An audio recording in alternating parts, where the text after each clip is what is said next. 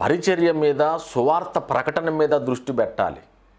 John MacArthur గారు తన పరిచర్య నియమాన్ని ఇలాగ చెప్పుకున్నాడు: you take care of depth of the ministry, let God take care of breadth of the ministry అన్నాడు.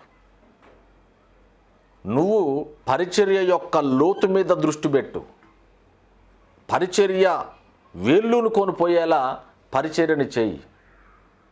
దాన్ని ఎలా వ్యాపింపజేయాలో అది దేవుడు చూసుకుంటాడు. నేను మరలా చెప్తున్నాను, వ్యాపించాలనే యావ ఎక్కువ ఉంది, స్ప్రెడ్ అవ్వాలనే యావ ఎక్కువ ఉంది.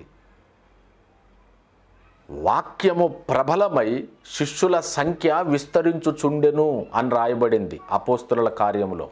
అపోస్తలుల కార్యం మీరు ధ్యానం చేయండి.